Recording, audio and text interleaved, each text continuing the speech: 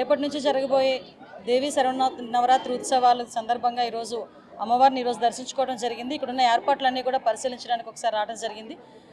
విశేషమైన నవరాత్రి ఉత్సవాలకి తెలుగు రాష్ట్రాల్లోనే కాకుండా ప్రపంచవ్యాప్తంగా ఉన్న తెలుగు వాళ్ళందరూ కూడా, చుట్టుపక్కల రాష్ట్రాల నుంచి వచ్చిన తెలుగు వాళ్ళందరూ కూడా ఇక్కడికి రావటం, ఈ నవరాత్రులు కూడా అమ్మవారిని దర్శించుకోవడం, ఆశీర్వాదాలు తీసుకోవడం అన్నది మనకందరికీ కూడా ఆనవాయితీ.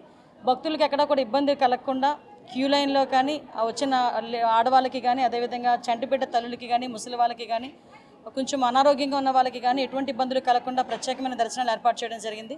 అదేవిధంగా ప్రోటోకాల్ దర్శనాలకు కూడా ఒక టైం బాండ్ అనేది ఏర్పాటు చేసుకుని మార్నింగ్ 8 to 10 ఒకటి, తర్వాత 2 to 4 ఒకటి, ఒక టైం బాండ్ కూడా పెట్టుకుని ఆ ప్రోటోకాల్ దర్శనాలు కూడా ఏర్పాటు చేయడం జరిగింది. వచ్చిన భక్తులకు ఎవరికి కూడా ఇబ్బందులు కలగకుండా అన్ని రకాలైన సౌకర్యాలు కల్పించి ఎక్కడ కూడా ఎటువంటి ఇబ్బంది కలగకుండా చూసుకునే బాధ్యత ఇక్కడ అన్ని డిపార్ట్మెంట్ వాళ్ళు, ఎండోమెంట్ డిపార్ట్మెంటు, హోమ్ డిపార్ట్మెంటు, అదేవిధంగా ఇరిగేషన్ డిపార్ట్మెంట్ దగ్గర నుంచి అన్ని డిపార్ట్మెంట్లు కూడా, మున్సిపల్ శాఖ అందరూ కూడా ఏర్పాట్లు చేయడం జరిగింది. నిన్ననే దాని మీద సమీక్షలు కూడా నిర్వహించుకోవడం జరిగింది.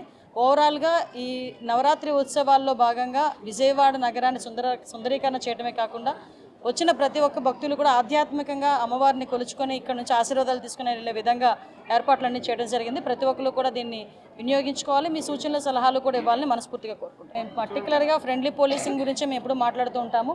అదే రకంగా ఈరోజు కూడా పోలీసులే, మీరు చాలా సందర్భాల్లో మీరు మొన్న చూసారు, విజయవాడ ఫ్లడ్ వచ్చినప్పుడు కూడా ఆ రోజు ఫైర్ డిపార్ట్మెంట్ వాళ్ళు సర్వీస్ కానీ అన్ని డిపార్ట్మెంట్ వారు సర్వీస్ అలాగే చేశారు. At the same time police department వాళ్ళు కూడా చాలా యాక్టివ్గా వర్క్ చేయడమే కాకుండా మానవతా దృక్పథంతో పనిచేసిన సందర్భాలు కూడా మీరందరూ కూడా చూస్తున్నారు. అదేవిధంగా ఈరోజు కూడా క్యూ లైన్లో ఉన్న వాళ్ళు ఎవరికి కూడా ఎటువంటి ఇబ్బంది కలగకుండా చూసుకుంటున్నాం. అదేవిధంగా హోల్డింగ్ ఏరియాస్ ఇంతకుముందు ఒకటే ఉండేది, కానీ ఈరోజు ఒక 7 హోల్డింగ్ ఏరియాస్ పెట్టుకున్నాం. కాబట్టి భక్తులను వదిలే టైంలో కూడా ఎక్కడ ఎటువంటి ఇబ్బంది లేకుండా చూసుకునే బాధ్యత కూడా తీసుకుంటాం.